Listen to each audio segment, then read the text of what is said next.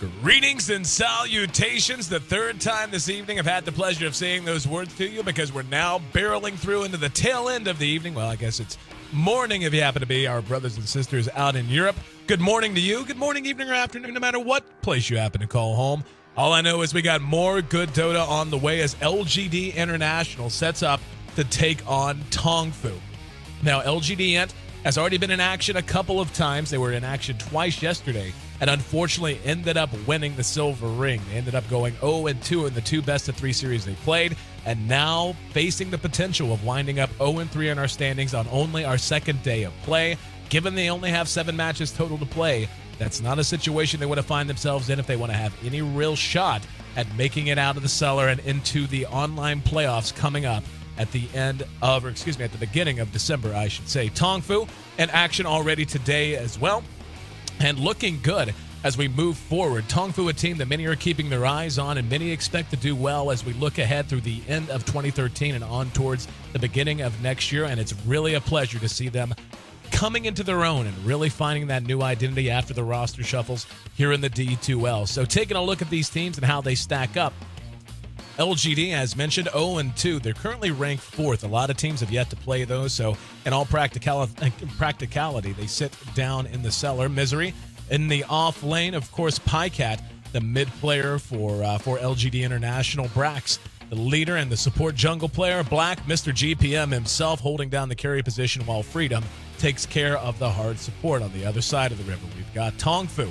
Tongfu, again, a team that many just kind of have a habit of falling asleep on, to be honest. Heading towards the International 3, I don't think as many people as should have really expected a lot out of them. But if you have a chance to watch them throughout all of last year and on ahead through this year, you know they're a damn good team to keep an eye on. They've got XTT in the off lane, Mu holding down the mid position with Zoe on carry, and how many times have you heard someone refer to the Zoe build when it comes to anything? ZSMJ, support in jungle. He's a former carry player, a living legend in his own right, looking to find a new role with this Tongfu team, playing in that support instead of in the more standard, more comfortable carry position where he made his mark. And Song Shang, the hard support.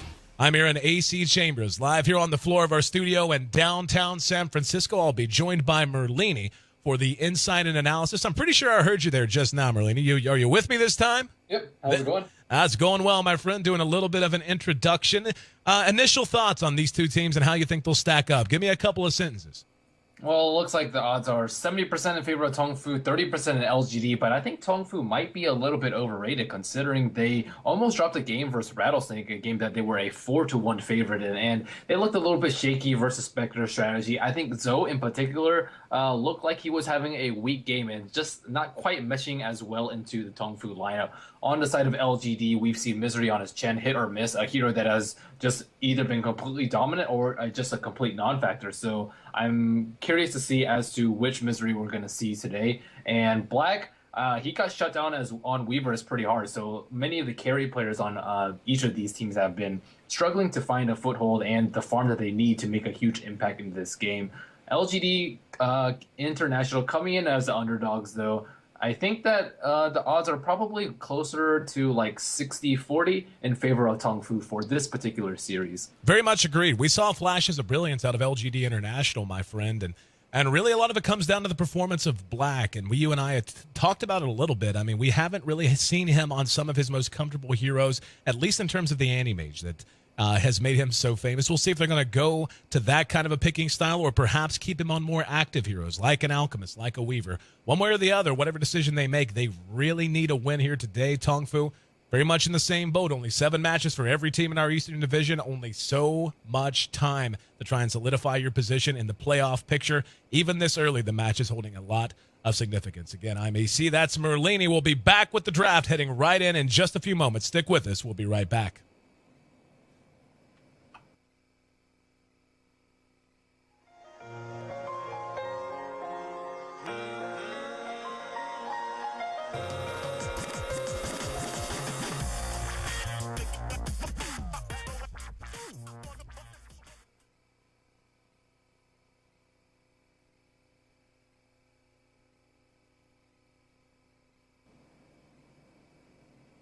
And here we are, moving on into the draft again. Game 1 of Tongfu taking on LGD International. And we could see the draft underway and LGD picking up two of the more, I hesitate to call them flavor of the month because that implies that there's something cheap or novel about it. But really, Elder Titan and Troll Warlord, of all the heroes that have been seeing a lot of attention from teams East and West alike, got to say these two have really seen their star rise in a way most other heroes have not. Tongfu, on the other hand, sticking with two of the most typical supports, two of the most flexible and versatile supports in Visage and the Nyx Assassin. But LGD, Elder Titan plus Troll, almost a sure thing. One would imagine one of those two is going to wind up mid. Yeah, and LGD, Elder Titan is, he's definitely one of the stronger heroes. Abaddon has completely been just like ignored. So I think that's like a very big surprise. Elder Titan, we've seen, he hasn't been like a really dominant hero in many of these games. I think the biggest impact Elder Titan that I've seen thus far is the Ice. Oh, yeah. And he just plays it way better than a lot of the other ones. Actually using Echo Stomp quite effectively, sometimes following up after Earth Splitter instead of using it as a setup, as is the more traditional use of the spell. And he also goes to Soul Ring build instead of the Shreds and or Arcane Mag that we see many of them go. So I think the hero is pretty flexible. I don't think that many players play it as good as Ice though. So he's just kind of just there. He's like annoying. He does minus armor, but in terms of like actual effectiveness and win rate, he's decent.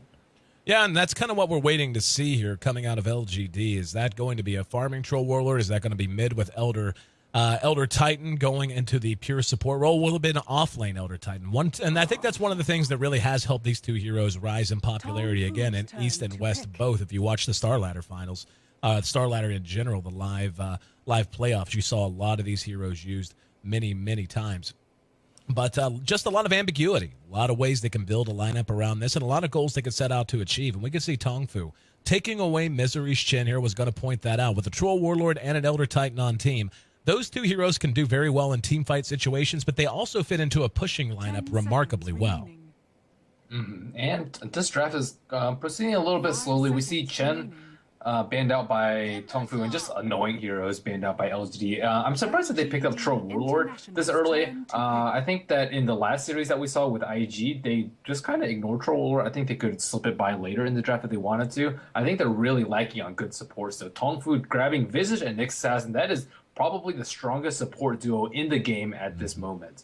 Couldn't agree more. Timbersaw, the third pickup to follow those two up, so very high probability that'll be an off-lane Timbersaw, at least one would imagine. That's where we've seen Timber play most of the time. In mid, he can get some work done, but still a lot of heroes that can go mid. Crystal Maiden has actually been seeing a lot more play, not just here but elsewhere. And you know, she's one of those heroes you and I actually saw earlier tonight, a very creative build coming out of her. And I think it's something we might even begin to see more teams experiment with, maxing her aura, getting that up very quickly, 3 points into it after 1 point into Frostbite and Nova. And just allows a team that's predicated around the idea of movement, around the idea of surgical play, moving across the map, trying to make things happen in small packs, trying to make mid-ganks happen, makes it so much easier for those roaming gank squads to stay out on the field and stay active. And it really worked quite well earlier on. I can't remember which team it was we saw do it. I want to say it was LG. No, it wasn't LGD.int. I want to say it was LGD. I don't know. If you remember, let us know. But we saw it. It was cool. I remember that. Yeah, it was quite. I can't exactly. Maybe it was LGD.int. I think it was maybe Banana on the Crystal Maiden. Yeah, that sounds right. But and Alchemist picked out from Tongfu, just a very solid triple lane from the Alchemist, Nyx Assassin, Visage. You can't really go wrong with this. You can go offensive, you can go defensive, you can go farmy on Alchemist in case they don't try and contest you. You can go very aggressive with Unstable Concoction and the massive amount of burst potential from Visage and Nyx Assassin. I think it's a very smart triple lane, and Tongfu just going with tried and true. LGD going to follow things up with the Darkseer, and things get a little bit more complicated. Again, you see the Troll Warlord. I mean, honestly, at this point, it looks like that's going to be a support Elder Titan with the Troll Warlord going mid and Darkseer into the off lane. But don't forget, we saw Brax absolutely dominate a mid position with the Darkseer just yesterday. And when I say absolutely dominate, I mean he went crazy. He had something like a mech and a blink dagger up at, like 15, 18 minutes. I mean, just truly silly stuff. So don't want to rule that out. Tongfu with a lot of options available to them, too. 3 heroes that can viably go mid in just about any situation in the Nyx Assassin, the Timbersaw, as well as the Alchemist. And I really like how cerebral the drafting is on both sides. There are just so many options and so much flexibility built into these squads that both are going to have a chance, depending on the success of early movement, to set the tone for the game they want to play.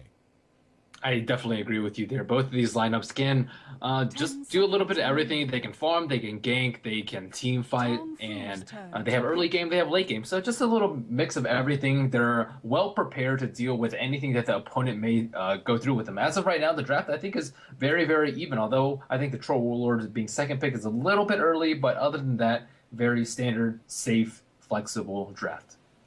Waiting on the fifth positions to come out now. And again, really hard to determine exactly what direction they want to go. Just throwing this out there. Don't think they would, but the Enchantress is available if LGD did want to go ahead and make up for the loss of that Shen. Obviously, different skill sets and different heroes, but can oftentimes accomplish the same things. Darkseer, though, when I see that hero come out, that indicates to me that LGD is indeed building around the idea of fighting a little bit more than necessarily pushing, even though they can certainly do that if they want to. Just Darkseer, one of those early team fight heroes, can get up a very quick mech in most situations. One of the reasons why the hero remains so popular in the East and the West is he's just always able to give you at least one good team item, no matter what that item happens to be, and get that out at a very good clip. Tongfu with the Alchemist and the synergy with Timbersaw's Chakram. Love the idea of an Alchemist landing a multi-target stun with Unstable Concoction. Following that up with Chakram can be absolutely devastating, to say nothing of the single-target DPS and the multi-stun capability of Nyx Assassin as well. So just covering all the bases on both sides. And really, I'm getting excited for this match. I feel like there's so much of an opportunity on both sides. There are a lot of weaknesses on both sides, but certainly a lot of strengths as well. And looking at the draft from Tongfu, they actually banned out Earthshaker last, so maybe they know something that I don't, but Earthshaker, I don't recall the last time he's been banned. He's been picked up now and then, but he hasn't been like a huge game-breaking hero. It's more just a really good player playing him rather than the hero itself. There's that Storm Spirit pick you wanted in our second series. Wanted to see a little bit of activity. Tongfu setting the tone there with the Storm Spirit pickup. Chances are they're going to look to fight and fight early. Would imagine this Alchemist is probably going to want to get up a Shadow Blade and a BKB very quickly after Phase Boots. And the Timbersaw, anytime you see a Timbersaw fit into this kind of a lineup, we've seen it on both sides of the coin. Very successful and very unsuccessful Timbersaws that get a decent start, and then they just have to make themselves feel effective in the mid-game.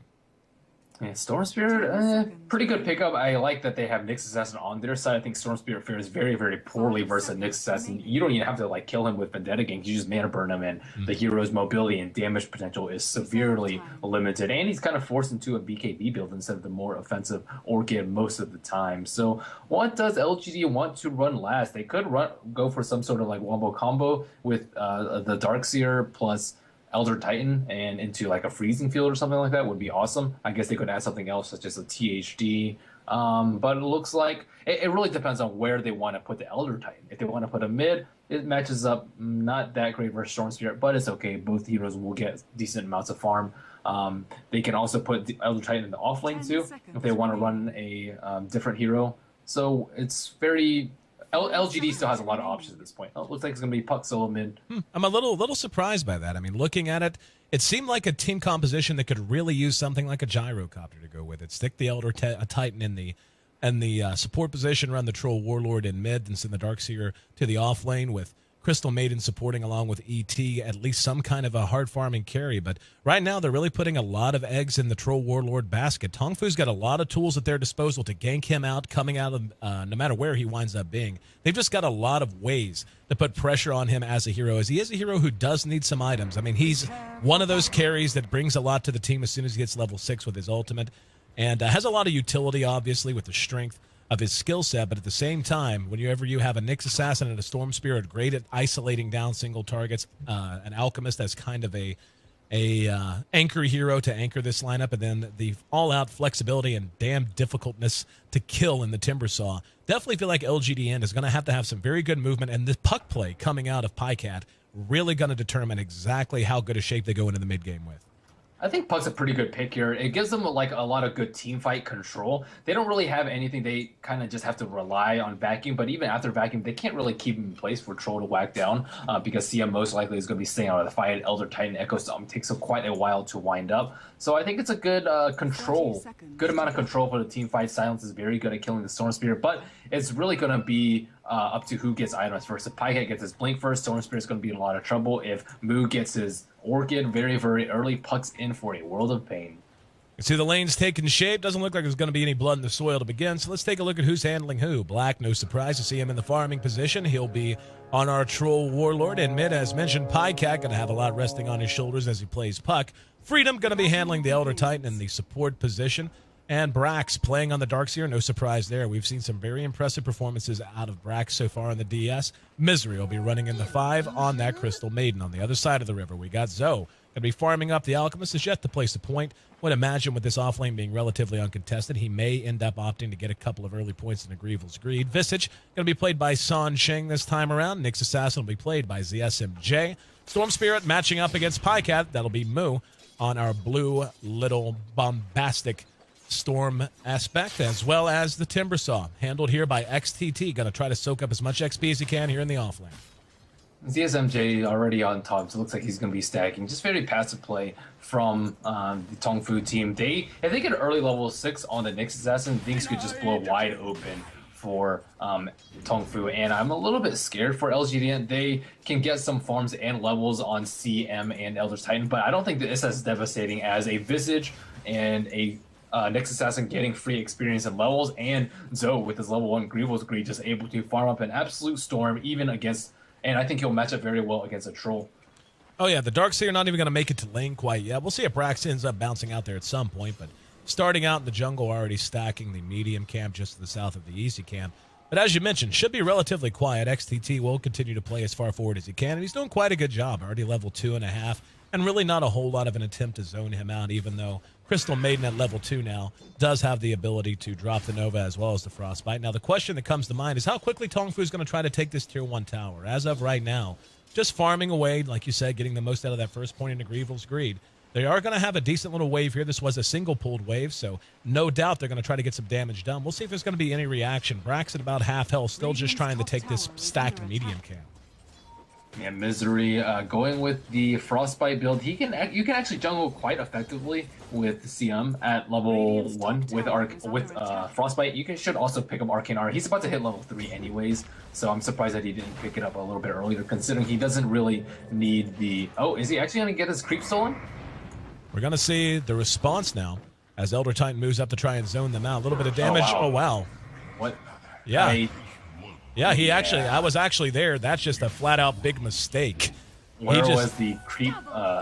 He should not have taken tower that many hits. That shouldn't just not have happened. Yeah, that was just flat-out goofy.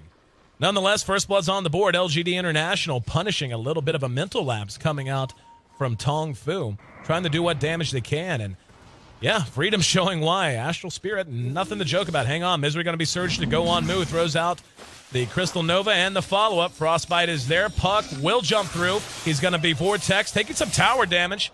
Should be able to make it away fairly simply, and phase shifts the last tower shot just for kicks. That's going to free up a little bit more XP for XTT, but Black continuing to just last hit away. He's sitting on top of the leaderboard at 19 CS, followed closely by Darkseer at 16, and Alchemist at 16, now make it 17 as well.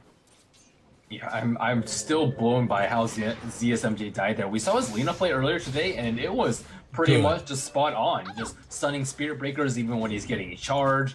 Just very good movement around the map, finding good farm, but that was just complete lapse of judgment. Good rotation by Freedom, though. Instead of creep pulling and finishing up this camp, he just rotated top, defended the push, and they got away with pretty little damage on the tower. 800 out of 1300 with Glyph still up. We see rotation from ZSMJ and Songsheng both smoked up heading mid. Making their way across, they're going to go ahead and take a step up onto the steps, going to try to get a little revenge for Moo. Actually, no, they're going to look to dive this, it would seem. They see that Freedom is there. He's just level 4 at this point. They're going to go ahead and drop a ward just to keep an eye on things now. This has not been spotted now. It has the SMJ. Will grab himself an invis. So Pycat knows what's up. In the meantime, Freedom continuing to play quite far forward. Now they're going to double back. San Sheng still under cover of that initial dust. He has picked up his soul. Look at this sneaky ward by San Sheng. Being able to place it from right here so that they can't actually see him place it. And looks like they will be able to scout out Freedom. They know exactly where he is. Looks like a dive is coming right now. Oh, not yet. Nope, not yet. He's thinking about it. They definitely see him darting back and forth. We can see the ward vision there. And got to move on up a little closer to his tower. That's actually a much better spot for him to be in right there. TP reactions might be enough to ward off a dive attempt right now. 2 points into Soul Assumption, so the damage is there. ZSMJ still under cover of the Invis, not quite level 6, only halfway there. Here we go. Zoe sees him. He's going to come back out. Carapace is there trying to stun him out. He's going to eat his way further back with a set of tangos. In the meantime, looks like Tongfu is going to go ahead and abandon the effort. So very crafty, Mr. Freedom, keeping himself alive there. Crafty indeed. Freedom is one of the better heroes or better players at just like running around in trees, using tangos very effectively, just hiding in the tree line, always being very annoying to kill. And Tongfu wasted a lot of time there. They used a smoke, they used an invis rune, they used an observer ward, and they didn't really get anything out of it. Freedom is actually level 5 out, leveling Zoe in this 1-on-3 situation. Really nice play coming out from LGD in most cases. And really, XTT, even though he is a little bit under-leveled, granted, I mean, he's a couple levels behind. But hang on, here in mid, we're going to see Storm Spirit picked off again. ZSMJ TP'd in, but got there a little bit too late. The gank attempt in mid is successful, so yet another death holding him down. Was going to point out, by the way, that even though he's been isolated one-on-one against the Timbersaw, Black has just done a great job of keeping him off of any semblance of farm. He's sitting at just 7 CS in comparison to the 38, even though he's been left alone for the majority of this early laning phase. Yeah, they just haven't been doing a very good job of protecting Storm Spirit. And whereas LGD.int, they've had Misery rotate twice, they've had Brax even surge a CM so they can kill him. He's just been getting a lot more. And with that early blink, actually he's not that close to it. I actually thought he'd be more farm 6 minutes in. But if he gets an early blink, whoever's on a Storm Spirit Mu is going to have a lot of trouble. He's actually forced to resort to do jungle stacks right now. ZSMJ instead has rotated to 2-1-1. 2 levels in stun right now for him. I think he'll be relatively safe. Let's see if Pycat can pick up a kill on him, though. There's a sentry ward in mid. Here we go. He's going to throw out. Nope, not going to jaunt. Instead, decided to hang back, at least for the moment. Just heard a surge come out from Brax. Actually, just Brax. Terrassing through his own jungle, at least for the moment. So both teams maintain a fairly quiet demeanor. Still 3-0, showing that LGD.int has anything but quiet on their mind as we move past 7 minutes now. A little bit of counter warding going on. And I mean, as we look forward to about the 10-minute mark here, Merlini, I mean, Tongfu, again, has a team that looks like it needs to be active and wants to be active with the Nyx Assassin and the Storm Spirit in particular. But as of right now, is that even an option available to them, given how much trouble they've had in the early laning phase? I think it would be a lot better for them if they had actually just gotten a lot of levels on their supports instead of wasting time trying to kill X Freedom. But them just running around and not being very close to level 6 on the Visage. Visage is the lowest level in the game right now, just barely level 4 compared to that to level 5 on Freedom and Misery. I think it's going to be a big problem. Their supports can't get under leveled in this sort of situation, and Nyx is traditionally very, very good at picking off heroes like Puck, heroes like Darkseer, heroes like Crystal Maiden. But if he just gets too far behind and they get enough sentries up, there we have the sentry right here in mid, then ZSMJ on the Nyx Assassin is kind of going to be useless. Just to drive the point home has played this Elder Titan over in this offlane since he rotated. He's halfway to level 6. That's the same as this Nyx Assassin that's been pretty much CSing and playing mid for the last minute and a half after the rotation away of the Storm Spirit. So ZSMJ, even with the tri-lane advantage, is still just barely on par with the Elder Titan, who it's every time I look at him, it looks like he's just kind of looking at trees and hiding out in trees, but he still managed to find XP. Dive on bottom is XTT. Caught out by Black. He will make it all the way back to the tier 2. Gets a whirling blade off, but don't think it's going to matter. Black actually might be in some trouble now as Visage shows up. He's got enough health for maybe enough. Hang on. He turns and gets the kill. And now Black. TP's right here. Oh, my goodness. Black, insult to injury. We're actually going to see another death likely to happen. Yep, the SMJ spotted out, vacuumed back. And LGD just doing a much better job. And now they're going to run up on Sansheng. There's the coil dropped. No hope as he's blown up. The movement of Tongfu just feels almost schizophrenic. They seem really, really not to be on the same page and just really kind of out of sorts here. I mean, little mistakes like that, knowing they just lost a hero down there, then having Sansheng wander down to be the next on the list. And Black diving past the T2, right outside the T3, and getting a kill, and being able to escape. That is just ridiculous. They can't give him that much presence in this early game. And because Doe went a level 4 Grievous Greed with a Midas build, I think his team should have been playing on the same page, which is very defensive, very passive, and just leveling up and farming, because that's what they should be doing. We see neither Nyx Assassin, or actually Nyx Assassin just hit level 6. We see Visage still very, very far away from that, and I think that ZSMJ just uses Spike Carapace, but they should be on the same page as the team. They're trying to like create space, but they're not really creating space for anybody. Storm Spirit 0-2-0 right now, unable to get any rune control. He tried to zip on top for an 8-minute rune, but the supports from LGDN are just heavily outplaying the supports of Tongfu. Midas and FaZe up currently for the Alchemist. He's got about 1,000 gold aside, banked away. And Elder Titan just continues to soak XP, level 6.5. Now we see Pycat and Misery beginning to dance around their side of the river, trying to find themselves a target. Sansheng, the most likely one, sitting right up on the lip. But we see another rotation of Tongfu moving 3 back up into that defensive position in the defensive tri-lane. XTT 6.5 as well, has been doing quite well in his off-lane situation. But again, Black just farming up a storm, sitting at 64 CS. Now they might try to make something happen here as they continue to have a couple hanging around mid, but XTT's making his way over as well. 4,000 gold lead for LGD International without a single tower down, and that is huge. That is way more than 6 kills worth. And Zoe, even with his absolute beast mode farming with Max Greevil's Greed, it's just not coming close to narrowing this gold gap. Really, I think the big disappointment for Tongfu has to be the Timbersaw. Again, he was left in a one-on-one for quite some time against that Troll Warlord, and granted, he did trail in level, so that makes life hard. But he is down near the bottom. I mean, he is in the bottom 3 in terms of pure farm. The Crystal Maiden is slightly more farm than he is at this point. That should tell you just how poorly that off-lane situation went. And, of course, giving up the kill to Black certainly didn't help out a ton. Pycat has Coil available if he wants to do something cute with it. Does have help behind him, but on his side of the river, doesn't look like he's actually going to go for it now. ZSMJ looking to make things happen. He is top. He has Vendetta, but they have a Sentry Ward. So LGDN is just always one step ahead of Tongfu, always having sentries. They had a sentry in mid, they have a sentry on top, and they're not really worried about them ganking Black because no one's been bottom for a very long time. He's in melee form, he has strength threats, he has 1,100 HP right now as an agility hero. Pops the ulti and going to go for it as they push 2 towers at once. Misery and Pycat pushing mid while Black wails away at the bottom tier 1.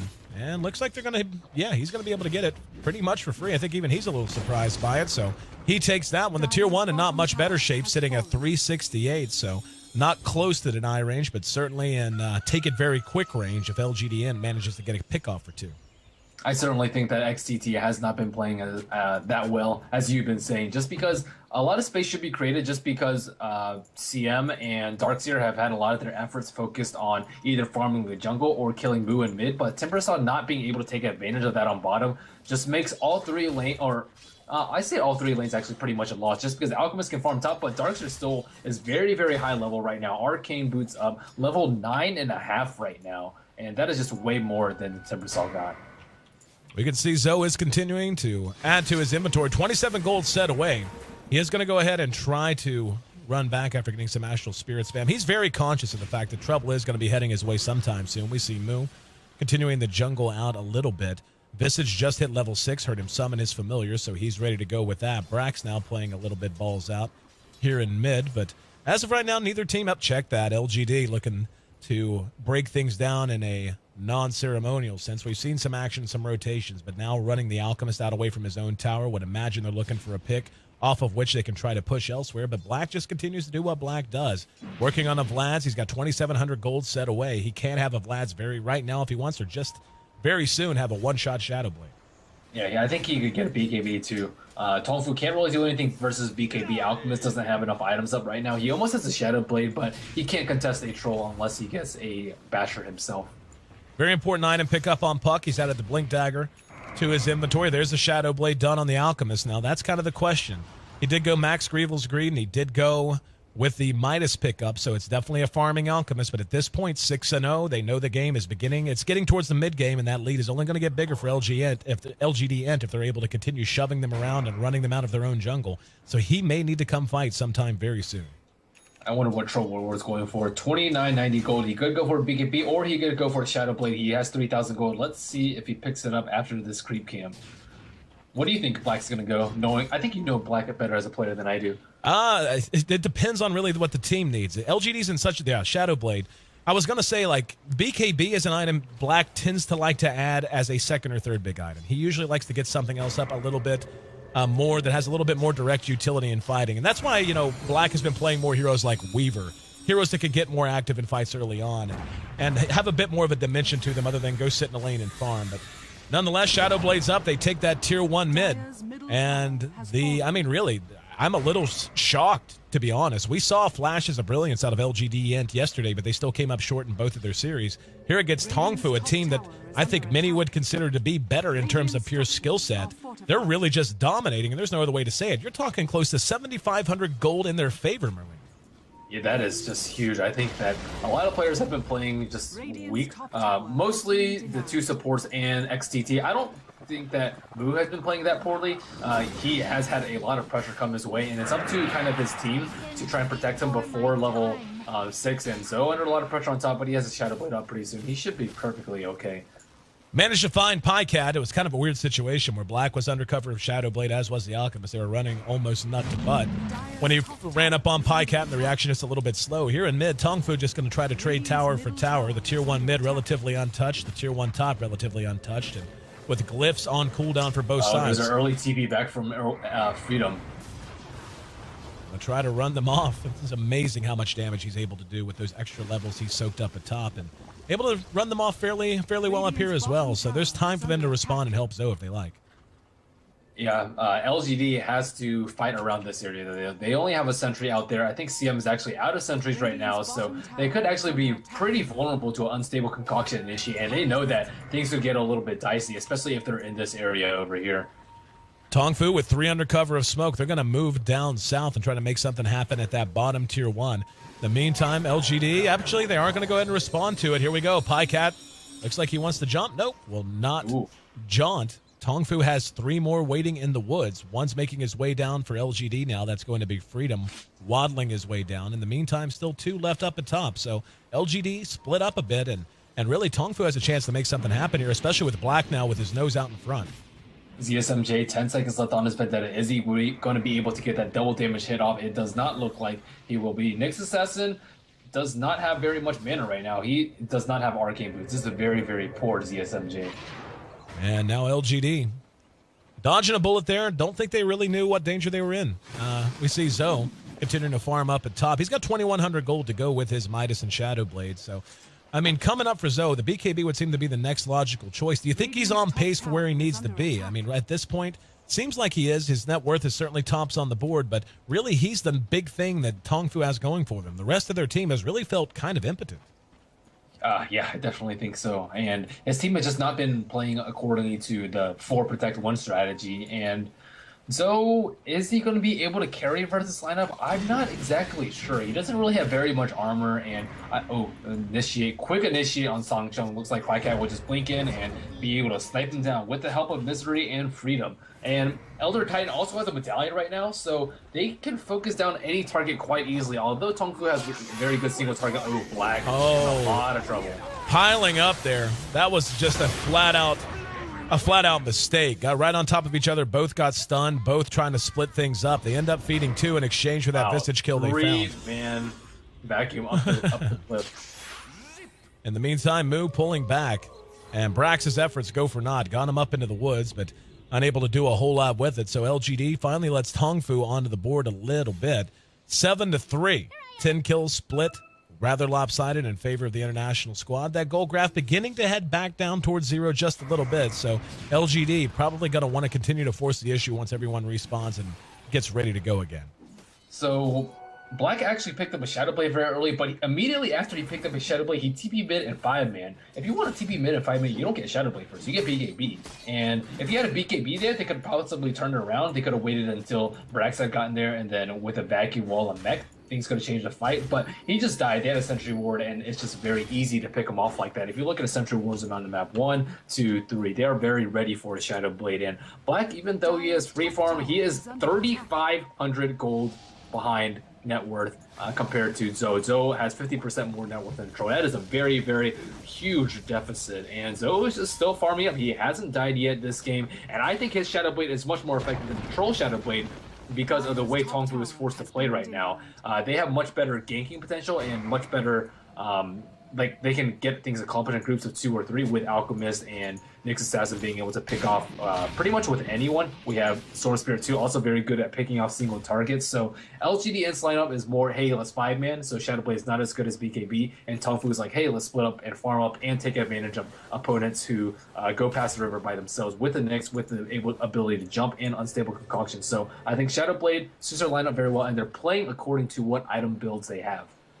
Speaking of BKB, the BKB is the one-shot item pickup from Zoe. So, and this is really, I mean, having up a BKB, a Midas, and a Shadowblade before 20 minutes, they can go fight right now. And this is kind of what I was worried about. Aside from that XTT, which has really had, who's really had a quite a rough game, he's actually very close to having up a mechanism now. So 300 gold out. Once that mech comes out and the Alchemist being the shape he's in, hell, Moo's not all that far away from completing his Orchid either. And, you know, just one or two more big items coming out for Tongfu that are 3/4 complete, and all of a sudden this impotent team is going to feel very, very lethal. And I feel like LGD.int may have missed a bit of a timing window here where their advantage was such that they had a chance to run over Tongfu a little bit more. Instead, they farmed their way back into relevancy. And yeah, I mean, you take a look at the gold graph, still very much in favor of LGD. Look at the XP graph, though. It's actually in favor of Tongfu right now. Exactly. That's kind of... yeah, kind of what I was going to say. It just seems like they've let this slide a little bit and didn't really get as much mileage out of that advantage as they would have liked. Yeah, they had an early Blink, early Shadowblade, but they were, what, 6-0 maybe 10 minutes ago, and only able to pick up 1 kill after those very offensive gank-oriented items. Tongfu going with a more defensive, passive, safe farm and build, it really pays off that they've only given up 1 kill in like the last 10 minutes. And LGDN also picked up an early medallion on the Elder Titan, but unable to take out Roshan with it, even though they had pretty much full map control. Mechanism now done on XTT as well, so their 5-on-5 potential has just gone up considerably. And again, 2,100 gold in Moo's inventory. He is really not far from having an Orchid. And that's got to be scary. The Vlad's is the next pickup coming out from Black. I don't think there's any surprise there. He did pick up the Ogre Club before, no surprise in him getting one. I'm a little surprised that he did interrupt the building of his BKB, so definitely not in the mood for Magic Community, at least not anytime soon. I think he wants to do Roshan with it, but the problem is Alchemist has a BKB too now, so they can just like run in and take a fight there. If they're all clumped up with the acid spray with the Roshan BD on them, it's going to be a very, very bad fight for LGD. And I certainly do agree with you that they missed their timing window, and now Tongfu is kind of in a very good position to take the lead back in this game. We can see LGD continuing to play very passive. Brax is just kicking in the woods. He's got his own mechanism up. There's actually a gem pickup from LGD. So wanting to make sure they can account for all of the invis heroes of Nyx Assassin and Shadowblade on Alchemist, but also going to allow them to try to deny vision to Tongfu and make them play a little bit more scared. But at this point, I think Tongfu has a good inkling that they're really not in nearly as bad a shape as the gold graph would indicate. Yeah, Zoe is just farming away. The gold lead in between him and Troll has increased to 4,500 instead of 3,500 before. Yes, I mean, he can get a Basher right now and then suit into Abyssal and just pretty much crush everybody. With one person locked down with Vortex, another person locked down through Orchid, another person through Nyx Focus Fire and Alchemist stun, I think that LGD is going to lose the next team fight, especially considering BKB is not that close on Troll Warlord. He still needs about 1,500 gold. Actually, not 1,500. He still needs, 1,500 now. Zoe just split pushing up at top, and that's going to force a reaction. LGD looked like they were ready to go ahead and try to force something in mid. They had a couple of heroes that could have tried the jump with Pycat looking to hit a coil, but so far just not really successful. We see Moo playing pretty brave out here in the Radiant jungle. He's going to be spotted out, but vacuum back and silenced. Then there used to be a Storm Spirit there. I'm not sure where he went, but he's not a part of the map anymore. Add another kill to LGD's total, make it 8-3. I have no idea what he was doing there in that jungle, but Blink Pug instantly just blink silence and kill him. Looks like they're looking for a little bit more. Brax is already up there pushing him. We see a Spirit go behind the tower to scout. Is it going to find Sung Sheng? Very, very close to. Looks like Scythe of Ice will be the next pickup for Brax. Can't say I mind that. They do need the lockdown. But, again, I'm just a little shocked that they're just not getting more accomplished. Zoe is just going berserk. He's got 2,500 more gold in his inventory. And his net worth... He's leading by... He's got more than a 50% gold lead over his next closest competitor, which is Black, who is known and renowned as a guy who just finds GPM no matter where he goes. And I'm just a little stunned.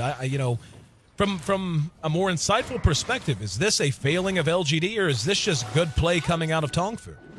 I think it's more. I think it's a little bit of both. I think that if I had to pick one, though, I would say that it's the LGD just not really capitalizing on it. Tongfu has just been pretty much just doing the same thing, just playing passively, and I think that they can just zerg them down at towers, especially without the BKB on Alchemist. Once BKB comes up on Alchemist, they can't really fight him 5-on-5, and they really didn't take advantage of the window where he had his Midas, but no Black King bar, which was a good maybe 15 minutes time. 10 minutes time, maybe? Taking a look at the GPM, we can see Alchemist is at 634, and this has been a stable 634 since that Midas came out, roughly. 464 on Black, and very rare to see Black getting beaten that bad in GPM this early into the game. Only 25 minutes AC already finished, too. Yeah, exactly. I mean, he's just going absolutely berserk, and I'm beginning to wonder what that Troll Warlord is even going to be able to do. The Alchemist is just way too far ahead.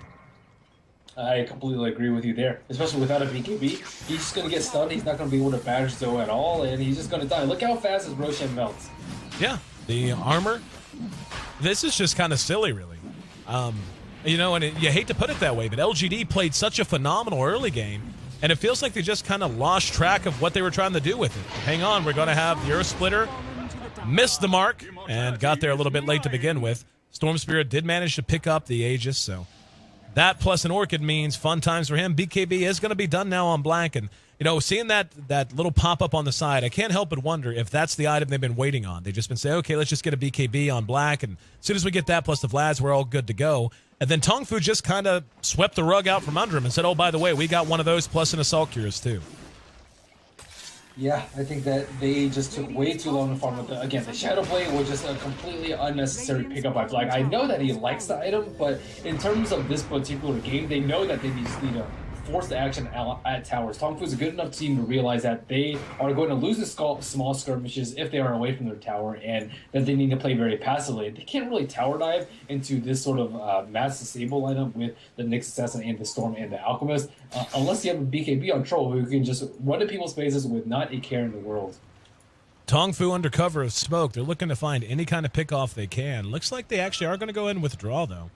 And they wanted to try and find something for free, not willing to overcommit to it and cross the river. Looks like LGD might be thinking the same thing. They're still sticking together. Misery does have that gem, so little de-warding action never hurt anybody. In the meantime, though, LGD moving into the jungle is 5, and same thing with Tongfu. So the passivity continues. 27 minutes in, only 11 kills on the board. Taking a look at the goal graph, we can see that LGD has had their lead almost completely evaporate. Tongfu, through very, very few kills, they only have 3. They're actually trailing considerably in that department. Their experience is ahead, though, and the gold very, very near that 0 line. Yeah, this is true. I don't know what exactly their plan is with the Aegis now up on the Storm Spirit. They are really hard-pressed to take a fight. It looks like LGD is going to be forced to defend this. I see a stock coming out.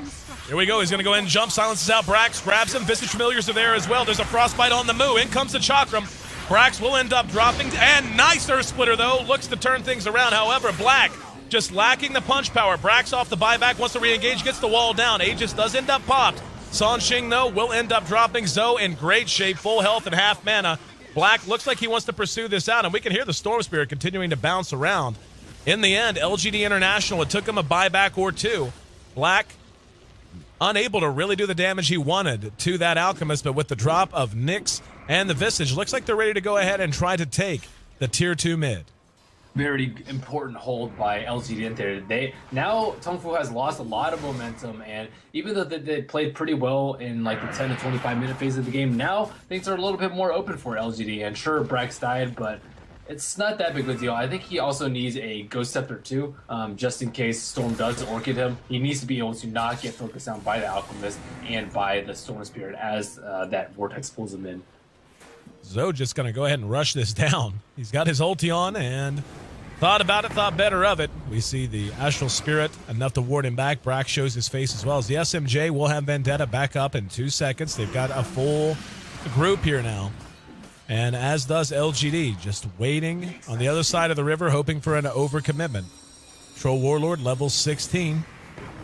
Level 3 on his ulti. And looks like Tongfu still not feeling super confident about going in at this point. Zoe does lead Black. 18 to 16 in terms of levels, and now he's picked up a basher as well. Whew, that is pretty scary. And looking at Black's items, what is he going to go next? I guess Butterfly would be pretty good, especially if Alchemist gets a basher. But he kind of needs HP too. We'll see what he gets. So going to rush down the tier 1, just YOLOs it.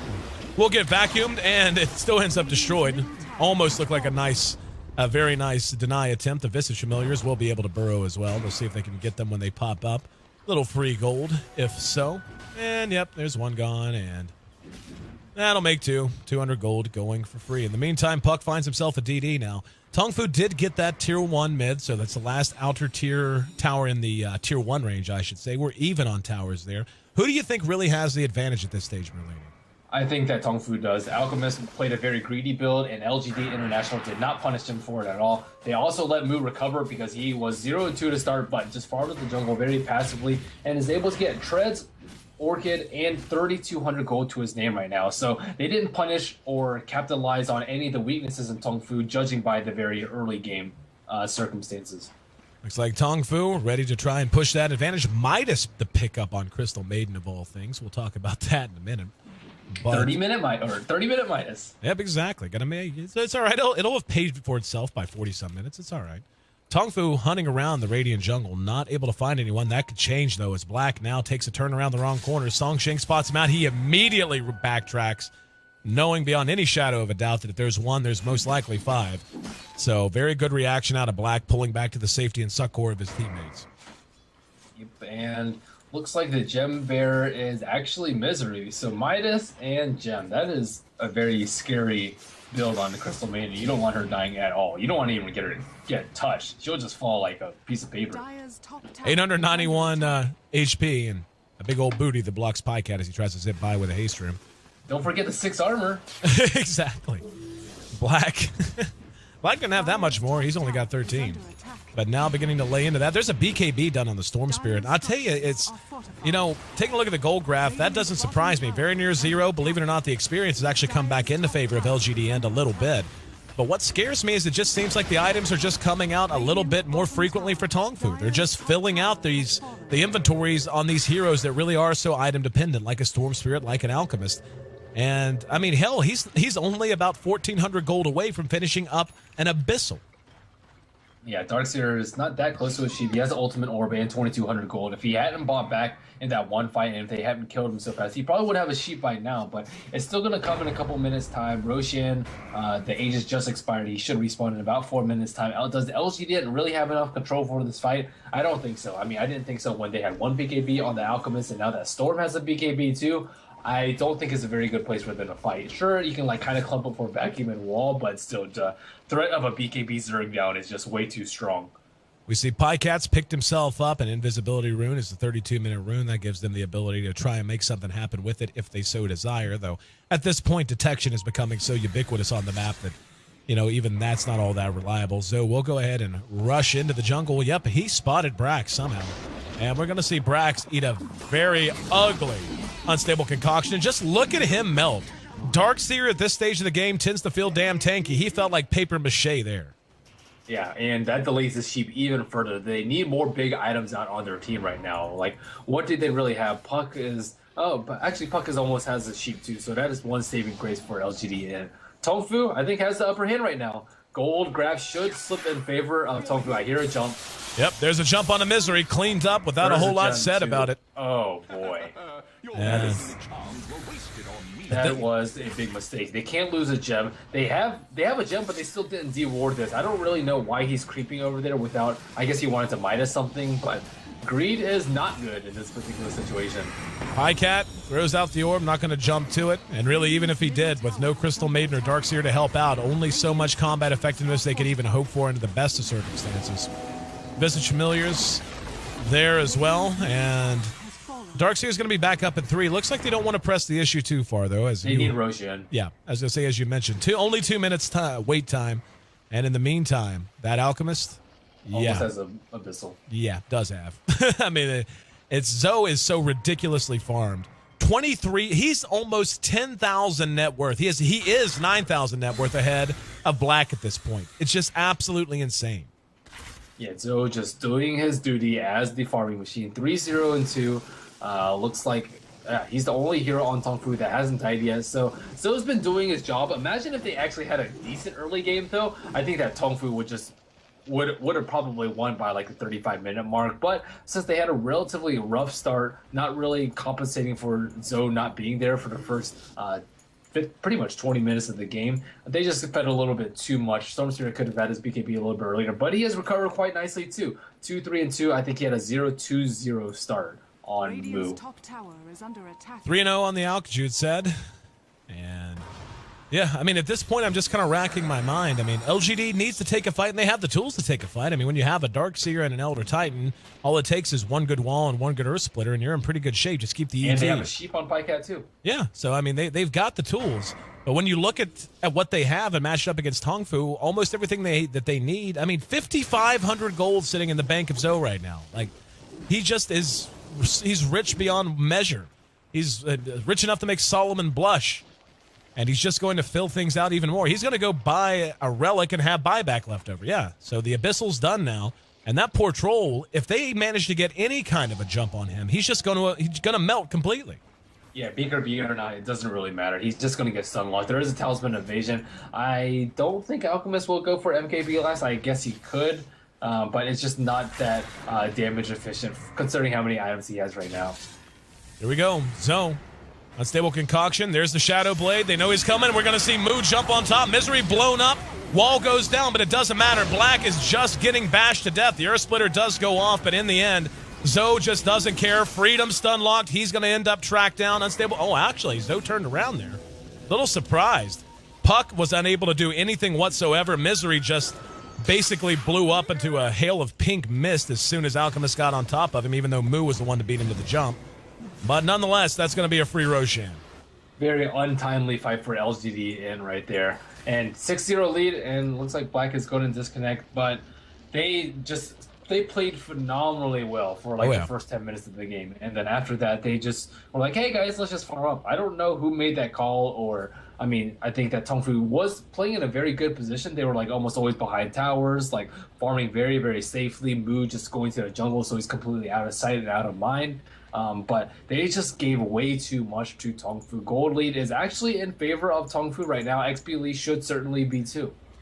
Yeah, I completely agree with you. I mean, if anything, don't want to focus on the negatives. LGD International, still a team very much looking to find its own identity, find its own legs, and find a way to play together. And it is not abnormal for teams that undergo, basically a newly assembled team in a lot of ways, especially with Black coming into the LGD International family. It's not uncommon for that process of really solidifying yourselves and figuring out what style works for you, how you work in terms of shot calling, in terms of drafting, how that teamwork dynamic takes shape. It's not uncommon for that to take 3 to 6 months, if not longer. So I think there are some good things you can take away from this. And, you hate to call the game over when it's 10-8 at 36 minutes, but really, Tongfu just showed in that last engagement that they can just run over LGDN. But I think that we saw some flashes of brilliance yesterday, and I really, really liked the way they looked in the early game. And it's very common, I think. I can remember looking back to a couple of years ago with teams like Dignitas before when they were still pot and bottom, and one of the problems they faced was transitioning from the early game to the mid game. Same thing with Fnatic.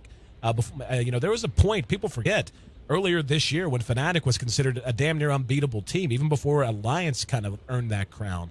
And they had the same problem going back to their origins with that lineup. They had the same issue, trying to translate the early game success into a mid-game advantage. And I think it's okay. This is some growing pains, but I still like what I've seen out of LGDN today. Yeah, they've been playing decently. I think that if they can just clean up their mid-game, they would be one of the stronger contenders in the D2L season. But just a little bit of not being able to follow through with their early game plan. And I'm not really sure whose shoulder that rests on. I think it's more of a team effort that they just didn't coordinate properly, but they just let Tongfu get back into this game. I thought it was almost out of reach, and they were just going to snowball to victory after the first 10-15 minutes. But when they stopped getting kills, that's when it's the beginning of the end for them. Could not agree more. I mean, it's, LGDN, they're going to be one game away from falling to 0-3 in our Eastern standings. So definitely going to need to get things together. But I still think this team has a lot of talent. And I think it's something that's going to be fun to watch them blossom. And it's actually really fun watching Tongfu for the same reason. As you've talked about and we've kind of touched on, ZSMJ moving into a new situation, playing from the 4 role for the most part.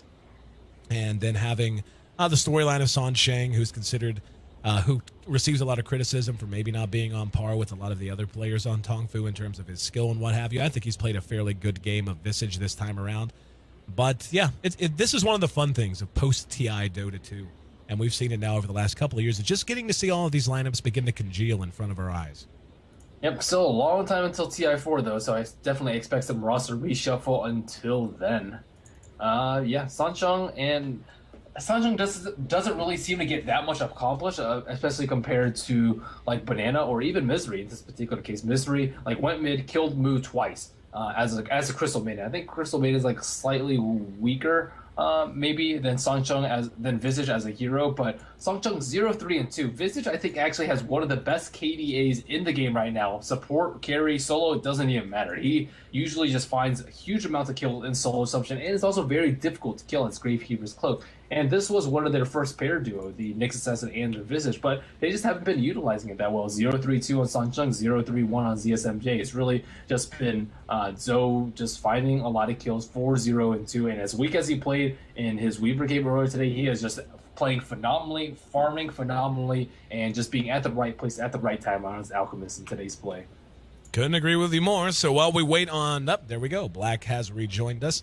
Reminder, game 1 right now could be our last game coming up with the game 2. Could go to 3. We've already seen one series go to 3 here tonight. Either way, want to thank you guys for joining us no matter what time it happens to be, no matter what corner of the world you happen to call home.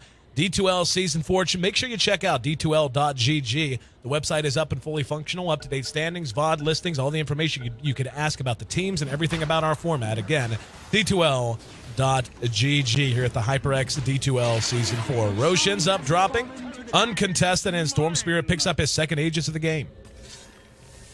Yep. Mu picking it up, TP's top, and he's just farming away too. He's almost next to almost has his next big item too. He might have a sheep. And bouncing around the map, I mean, again, the Brax still doesn't have his sheep stick. He will have it up in about 500 gold, give or take now. I feel like the delay of that item has hurt them a whole hell of a lot, too. I mean, just... Yeah, it certainly has. Just him dying on bottom to that solo Alchemist just really set a bad chain of events for him.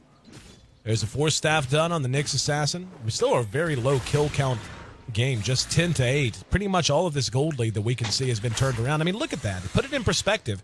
That's a 10,000 gold swing over the last 30 minutes that has come not from kills. Very few kills on the board for either team. This is pretty much nothing but pure mechanics, maximizing your efficiency with gold and making sure that the right heroes are getting the right farm at the right time. And this is what I mean whenever I use terms like grind it out. There are just teams that will just grind you out if you don't capitalize on any advantage, and Tongfu is definitely one of them. Well, eventually we'll get to the point where Zoe can't farm any more items, and I actually have seen this problem occur multiple times on the Alchemist. There is a point where you can farm 2 Monitor, and Zoe is very, very close to approaching that point. Sell your Midas for 1,000 gold, you're looking at 5,600, and then if you buy like a Butterfly or something, and then buy your buyback gold and BOTs, he's pretty much just complete. So we're looking at maybe like 5 minutes timeline left on Zoe before he starts getting maxed out. I guess he can replace a Shadow Blade for something, but I still think that item's pretty useful, especially considering that LGD lost their gem quite some time ago. Yeah, I agree with you. The Shadow Blade it's one more thing to account for. You know, if you ever watch American college football in particular, you'll see some teams line up in funny kickoff formations and funny field goal formations. And almost always the coaches, when asked why they do things in such a weird, unorthodox way, they say, that's just one more thing they got to spend time and practice on to try and find a way to beat us. They have to account for it. Very much what a Shadow Blade does for an Alchemist in this case, especially when it's 6-slotted. So don't know that we're going to see that come to pass, as it looks like Tongfu's grouped up and ready to push this tier 2, my friend. Yes, they are. Still a very healthy 4 minutes left on the Aegis. Mu can just jump in right now. He has picked up an ultimate, so we are looking at a sheep stick most likely after. 3 people caught inside the Echo Stomp, but unfortunately it's only level 1 Echo Stomp. Man, they are really hurting on levels. I thought that support would be a lot more, that Echo Stomp would last a lot longer, but Visage and the Elder Titan are still sitting at level 11. Misery is faring a little bit better with his minus at 13. CSMJ also level 11. Black at this point really just being kind of outclassed in terms of gold and experience. He's 4 levels behind the Alchemist and not really showing any potential to be able to catch up at this point. The Aegis is going to be reclaimed in 3 minutes, so not a whole lot longer for the Storm Spirit to get a lot out of it. Looks like Zoe does just want to get 6 slotted. 5,800 gold, just one shot buys an MKB. It's the casual MKB, just picked up with a little spare change. I think that we see this recurring looks like Moo is about to pick off Brax. That was a very smart BKB because he could have gotten hexed by Brax. But anyways, I think that Black, we saw this problem yesterday when he played Ursa and just farmed away in the safe lane, and it's the same problem with Troll Warlord. How are you going to compete with an Alchemist who has Weevil's Greed when you don't really have any farming skill of your own? So right. I think that Black should not play Troll Warlord like that, or if he wants to play it like that, you just pick a different hero, such as Spectre or something else like that that scales much better with items than Troll. But Troll, yeah, he's second on net worth right now, but can he even stand up close to Zoe in a man fight? Absolutely not. Look at this. Oh, beautiful jump coming out of Moo. Gets the Scythe of Ice off on Pycat. Could do nothing. Misery's next on the list. Watch this girl evaporate. 3 swipes all it took. Troll's going to try to engage. You do manage to pick off the Nyx, but really just torn apart, torn asunder, cleaved in twain. GG. This is GG. Simple as that. One big fight to end them all. LGD unable to capitalize on their early game advantage, just unable to keep the pressure up. And I don't think it was a draft. I think the drafts were fairly even. LGD has some very good heroes. Tongfu does too. And there's just both very well-rounded lineups. But I think we see this problem over and over again. Black farms too much and doesn't capitalize on the strength of his hero. We see Troll Warlord sometimes dominate triple lanes. Whirling Axis is a very, very strong skill, even if you are focused, because that the Axis still swirl around you for a little bit. We see a sheep come out from Brax with a very nice wall to follow up. Aegis going to be popped out. They're going to continue to fight it out behind this second set of racks, trying to do anything they can to extend this game. Misery caught with another unstable concoction. Brax going to be Vortex back. The Abyssal there just to seal the deal. GG. And GG's come out. But just to echo something you've been talking about that I think really is an astute observation, and you and I have talked about it across 2 broadcast days now, is I feel like Black, he has a reputation for, being Mr. GPM, the guy who always wants to be the heavy farmer. I feel like he's kind of conflicted of late. I mean, there was a time when he played Lifestealer almost every game, and he rarely missed those timing windows when he was with Mouse in terms of when to farm, when to get active, when to fight, when to fall back and farm again. And it seems like he's been playing a lot more Weaver. He's been playing a lot more heroes like Troll. And those timing windows aren't coming quite as naturally. I feel like he as a player wants to be more active from that carry position. But unfortunately, it just is, it's like he wants to be more active, but he also wants the gold and the GPM he's used to having. And he's still trying to find that rhythm with this new team. I think one of the problems is that Lifestealer is just such an easy hero. You can make so many mistakes and just rage TP out or fest into an enemy creep, and they can't really do anything about it. But if you misstep with Ursa or Troll or Weaver and you just die, you're set so far behind, and the room for error is just much less. So I think he needs practice on some of the other heroes. He also needs to mesh a little bit better with the team. Pycat, Brax, and Misery, the core 3 for LGD.int, Friedman and Black, the more recent additions. So they need to work on the teamwork. They need to get their timing windows absolutely down pat if they want to run something like Troll Warlord on Black. This first game of our last best of 3, not a high kill count, but still a fun one to cast. 11-14, the final kill score. Took him 41 minutes and 35 seconds to notch the win. And with that win, Tongfu puts LGD International 1 loss away from sitting in the cellar at 0-3 in our Eastern Divisional standings. I'm your host, Aaron AC Chambers, live from our studio in downtown San Francisco. Merlini, the other brilliant voice you're hearing on this broadcast as well, lending us his insight and analysis. Coming up could be potentially our last game of the night and of the week. We'll be back to broadcast the East Division starting on Sunday. We will be hoping we can announce some more fun stuff over the week, as we're still kind of trying to adjust and trying to get things back together in terms of a more consistent broadcast schedule after having to shift our Eastern Divisional schedule. But either way, look ahead to that, but look ahead to Game 2 coming up. LGD International taking on Tongfu. We'll be right back.